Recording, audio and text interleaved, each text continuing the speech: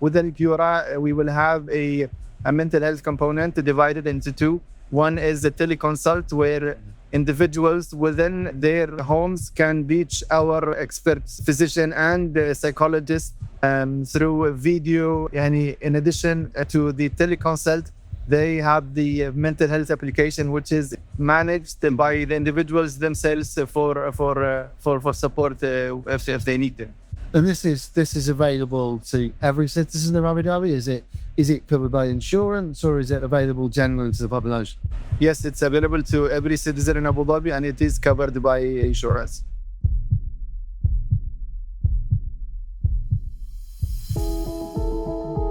Welcome to HealthBeats. We are one of the world's leading international healthcare business podcasts. I'm your host, Steve Gardner, Managing Director of Healthcare World magazine.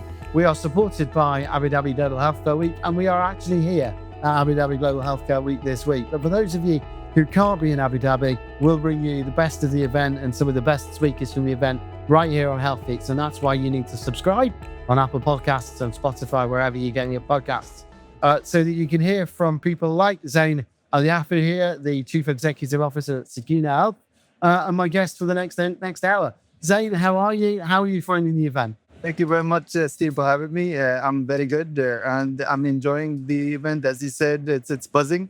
It's the second year, and it's definitely bigger than the first. And it is a great event. I would recommend everybody to come and join. Absolutely, we got the plugs in there, so that's a good start. So Sakina have part of the PureHealth network, one of the two major providers here in Abu Dhabi. Tell us a bit about Sakina. Who are you? What is your organisation specialise in? What's Sakina all about? Absolutely. So Sakina is an asset of PureHealth. It is one of the new subsidiaries established under PureHealth. It's specialised in mental health. We are focusing on mental health, and definitely our leadership, government pays great attention and importance to mental health because of the value and the needs for the community.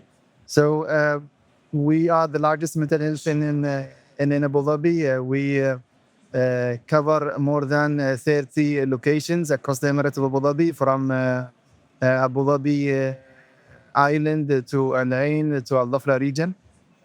We have more than 500 clinicians under Sakina in different subspecialties. We do the whole spectrum of care, from outpatients to secondary level of care to tertiary complex of care. So it's one a real area of development, I think, across the region over the last 3 years, mental health. How long has this kind of been in the works, and what's your journey been to get to the point of launching Sakina into the market? As you said, I mean, mental health is a very important issue, because always we say mental health and physical health, they go hand in hand, and cannot ignore one over the other.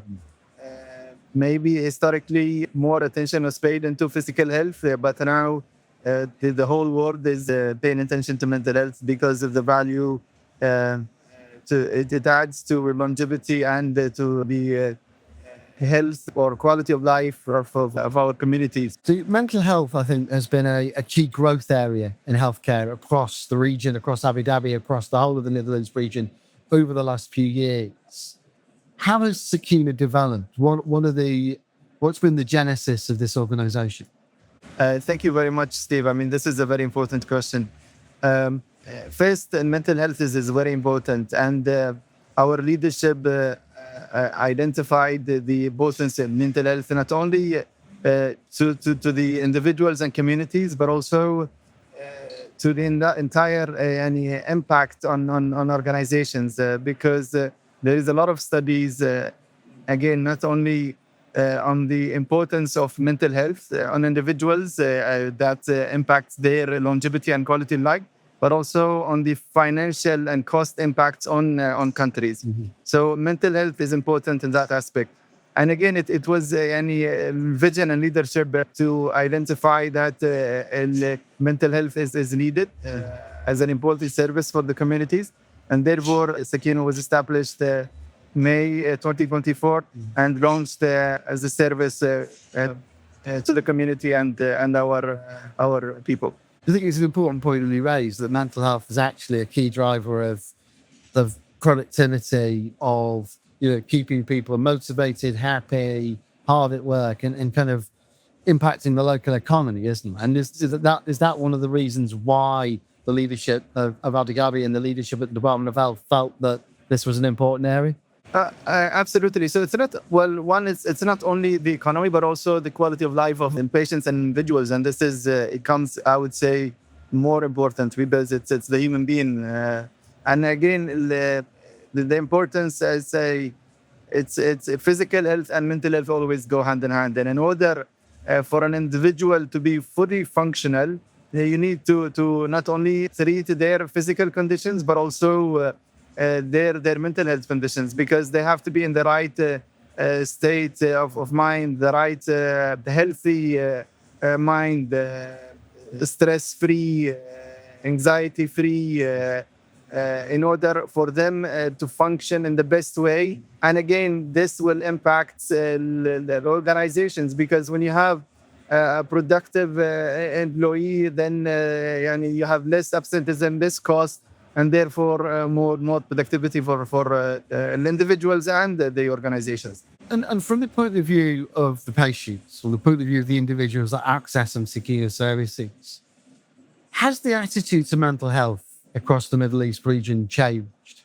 You did have, certainly when I first came here 10, 15 years ago, there was a bit more resistance to the idea of mental health, to be they're happy to stand up and say, yeah, I'm suffering from anxiety, I'm suffering from depression.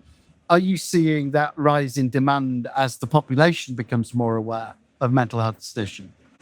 Yes, definitely. There is a change in people perspective. People more and more now accepting. We still need to acknowledge that there is still a stigma around it, and this is what we're trying to work with every stakeholder to ensure that we break this stigma and educate the community that it's okay to seek help if you need help. Mm-hmm. We're here for everybody, it's supporting everybody. So, and again, what we're trying to do in order for us to break the stigma is improve access. So we want to tell the individuals that first, your mental health as important as your physical health. Mm-hmm. We're located across the Emirate of Abu Dhabi, colocalized within our healthcare facilities. So we have clinics in our Sahha clinics, in our main hospitals, including Sheikh Shakhbout Medical City, SKMC, Corniche Hospital for Women's Mental Health, Rahba Hospital, Tawam Hospital, Sheikh Tahnoun Medical City, and also at Bafra Hospitals. So we're telling people that we are within these facilities. If you need to access us, we're available. In addition to that, one of our main initiatives is launching digital telehealth. So within Pura, we will have a mental health component divided into two. One is a teleconsult, where individuals within their homes can reach our expert physician and psychologist through a video. In addition to the teleconsult, they have the mental health application, which is managed by the individuals themselves for support if they need it. And this is available to every citizen of Abu Dhabi? Is it covered by insurance, or is it available generally to the population? Yes, it's available to every citizen in Abu Dhabi, and it is covered by insurance. It's basically what we call it hospital in the cloud. So exactly the same experience that they would face when they visit a healthcare center, they would have it within the comfort of their home, accessing the help and support they need. So when you talk about the development of the digital application and being able to access through telehealth, through self-diagnostic tool, etc., is that something that you've developed because of the stigma around mental health that allows people to access mental health services without having to walk into a clinic? Do you think people feel more comfortable being able to access that in that way? There are two aspects. One is increased access to everybody, and one of the tools that we use is will help us to reach that is through the digital health or teleconsult. The other aspect is the whole ethos of PureHealth is innovation. What technologies we need to introduce to make an experience of our patients. It's a mix. It's a mix of both. It's the digital aspect and what we want to achieve, and also a way of providing access to our patients in addition to the physical clinics. I think there's a really important point here about the universal nature of the coverage, because too often in insurance and health systems, we find situations where mental health in particular falls through the cracks, because often if you're suffering from depression, anxiety, it affects your work, you may fall out of work, and then there's no safety net. But from what we're saying here, regardless of what my status and my situation is, I can access care through Sakina. Is that correct? Absolutely. Yeah. It's hugely, hugely important. What are the key service line areas? What are the key issues that you're dealing with? Is it anxiety? Is it depression? Is it substance abuse? What are the key problems that you're seeing in the community? We cover the whole spectrum of care. So first, we'll talk about the subspecialty and the different level of services we provide. We cover the whole spectrum from, as I said, outpatient to secondary level of care, where we have subspecialty based care, to tertiary, which is inpatient care, and then we close the loop. We don't stop there, because there is no point of just treating. You need to rehabilitate and integrate these individuals to come back to the community and benefit not only themselves, but themselves and their families and the community, and be functional and productive individuals. And we cover the different spectrum of age. So we have from very early childhood to adolescents to adults and geriatrics. We have services for children and adolescents.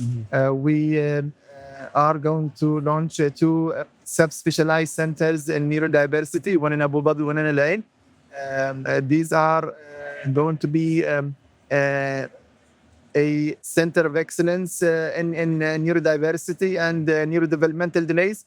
So we'll have a child and adolescent psychiatrist, a neurodevelopmental pediatrician, child psychologist, educational psychologist, speech therapist, occupational therapist, physiotherapist, social worker.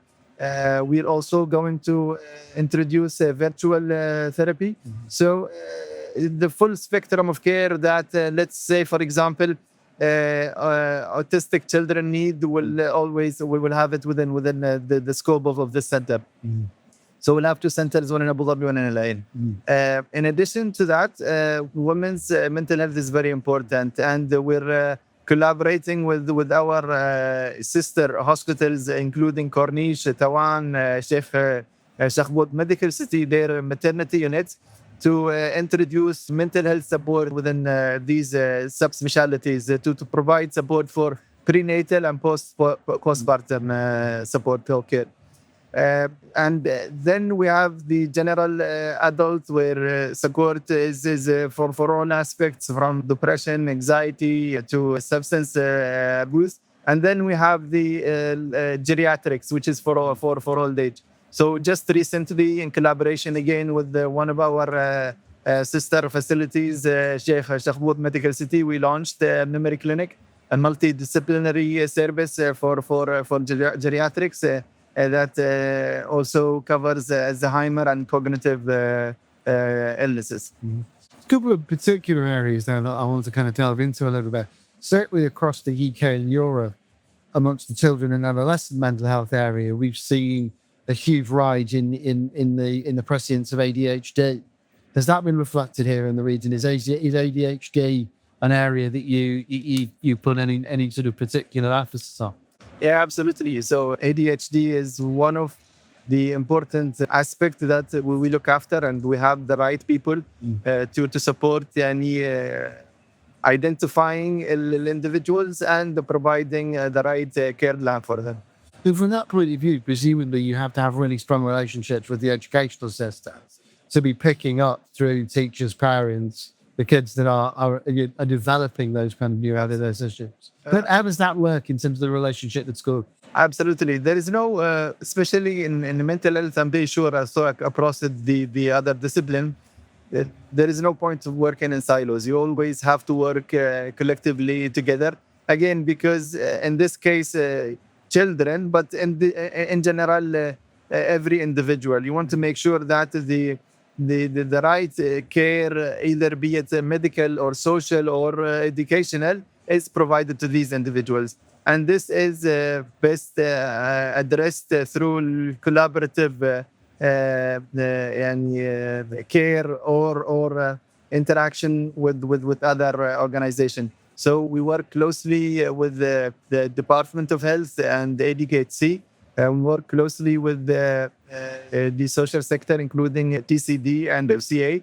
And also, we are working with the academic regulatory bodies, including ADIC as well. So we're trying to work not only with them, but also with the schools to make sure that we provide the right training support for the individuals, awareness for the parents, for the staff, and for the children themselves. It's a really important point that you raised, that point about partnership, because mental health isn't like other areas of healthcare, is it?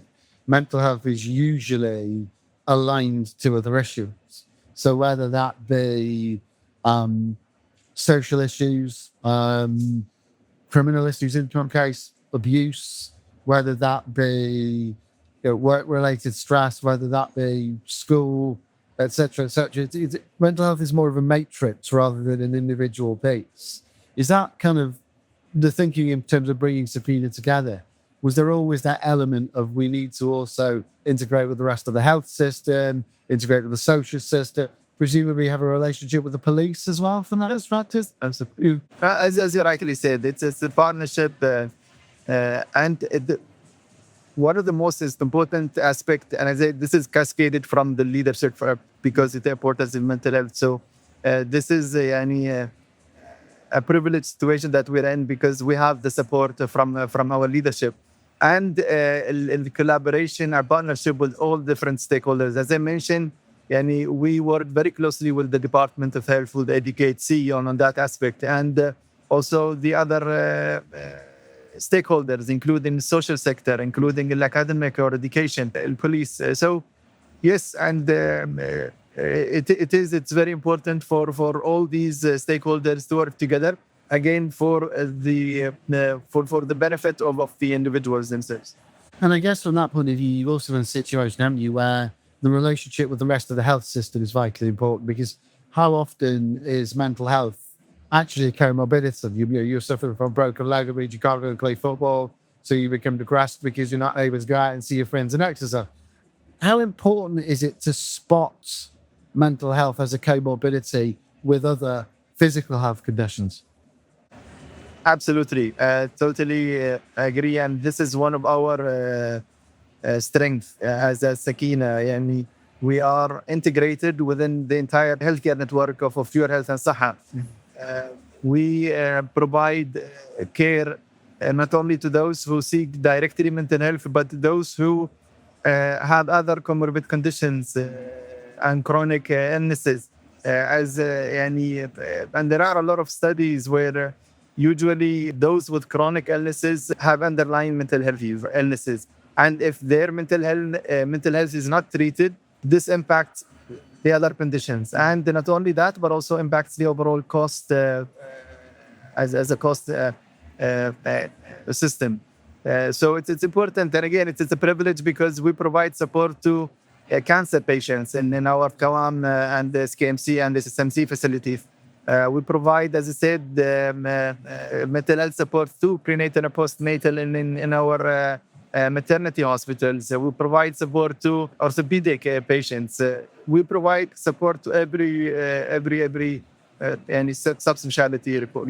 So from that point of view, how much and indeed how important is it to ensure that clinicians across the physical spectrum, the physical health spectrum, understand mental health issues? So that, do you have a system whereby clinicians are trained, whether they be cancer doctors, whether they be women's health doctors, whatever, to look out for signs of mental health issues and make those referrals to? Absolutely. So there are two aspects that we do. One is that we're trying not to be a reactive, but rather than a proactive healthcare system.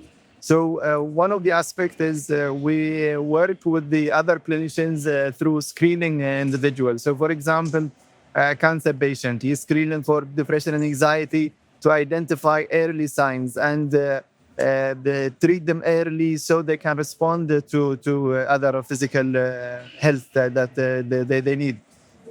In addition to that, we work closely with the other discipline or the subspecialties through medical education, through awareness, through يعني, direct interaction. So it's both working with the patients of these discipline and the clinicians themselves. One area I want to touch on in that respect is the area of women's health. You talked about prenatal and postnatal depression, working with women in Children's Hospital. I've interviewed a couple of very inspiring female clinicians in this region for this very podcast. One of the issues that's come up time and time again is the lack of research and the lack of money that's been put into understanding women's health issues, which is hopefully now starting to get redressed. And in particular, menopause, where in the UK, in Europe, in the US, we've seen historically misdiagnosis of mental health conditions brought on by menopause. Is that an area that you've thought about in terms of how you deal with women that are going through that change and how you can support their mental health? Yeah, definitely. I mean, our experts within that field, I'm very sure they understand the needs and they're trained in this area, and therefore they understand that it's very important. And research in general is a driver for innovation, for development. So research is important not only for Sakina, but also for Saha and for PureHealth. And again, that research fuels the kind of innovation that we're talking about, and the innovation that's the vast of the approaches. Another innovation, another area I wanted to kind of delve into a little bit is the area of, we talked about supporting the elderly population. How prevalent, how much of an issue is Alzheimer's in this part of the world? I have a particular reason for after. My mother died from Alzheimer's. And by the end, barely recognised who I was. Is that an area that's been thought about here? It's definitely an area that is of an importance to us because, especially here, I mean, every single individual is important, but in this culture, elderly have an important value, and therefore, not only that we need to take care of the younger generation because definitely they are the future, but also our elderly because they are the reason that why we exist. So definitely we own them that. It's one of the wonderful things I think about Middle Eastern culture is then there is that culture of looking after your elders. The children look after the parents when they become more elderly and more infirm. And I guess that the fact that they are able to access that kind of care is huge in there. Absolutely, I agree with you. And we have hour of high caliber physicians who were trained abroad and who are a neuropsychiatrist, so specialized in cognitive illnesses and Alzheimer and elderly. We are expanding. So we just launched recently a clinic, as I said, in Sheikh Shakhbout Medical City. But we also have another clinic in one of our hubs in Saha Clinics in Al-Maqta. We're establishing another women's clinic in Al-Rahba. And also we have one in Sheikh Tahnoun Medical City Al-Ain and SKFC. So it was astonishing when you reel off the different facilities and the different opportunities that people have to access treatment. And yet, as an organization, you're less than 2 years old? Less than, yes. Less than 2 years old. How have you managed to set up so much access and so much coverage at that scale so quickly? That must have been incredible incentive.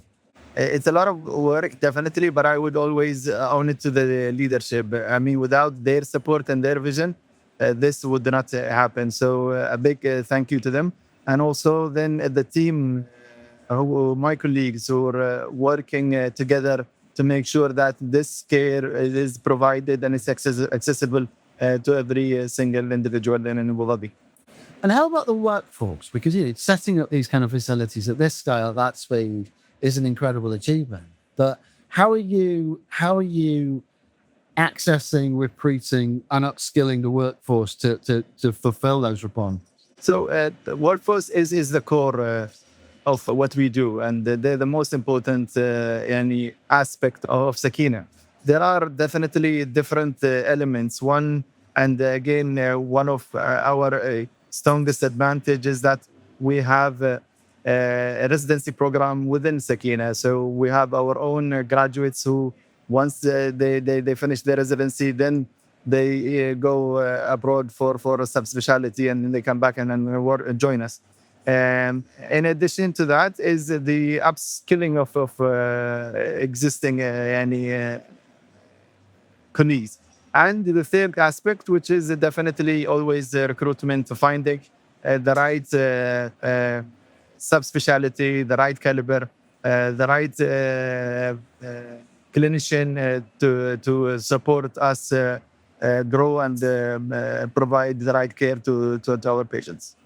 And in terms of how you spread the message, we talked earlier on in the conversation about the greater awareness of mental health in the region, the greater emphasis in mental health in the region, the leadership with the Department of Health and the leadership of Abu Dhabi in pushing this agenda.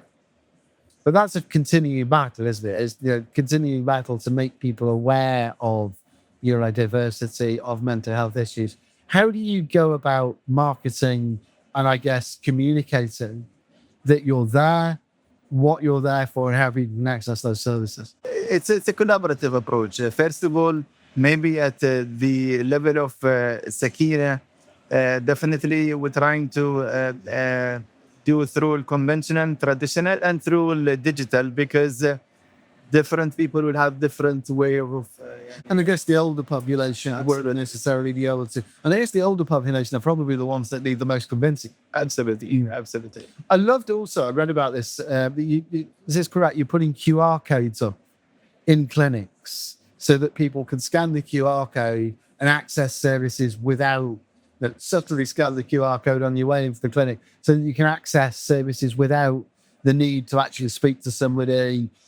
How's the uptake been on that? Is that something that's worked well? Yeah. This is part of what I mentioned, being a proactive healthcare provider, and therefore we're trying to make it easy for everybody to do the assessment, for example, on depression and anxiety.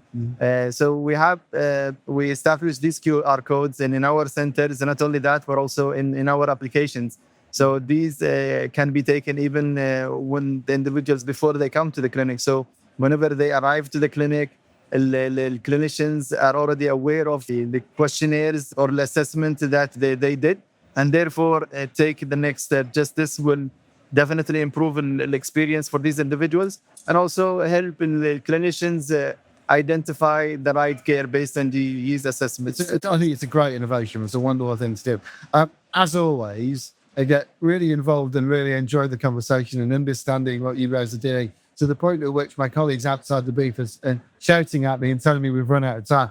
One final question that I've got to ask you, though. You've done an incredible thing in setting this organisation up at this scale and this speed. What does the future look like? Where does Sakina go next? As we always say, there's no limits. What we would like to deliver is make sure that we have accessible, affordable care to every single individual in not only in the Emirate of Abu Dhabi, but in the UAE. So we need to make sure that we're there for everybody, provide the support they need whenever they need it. It's no small mission, that you do an incredible job. It's an inspiring story.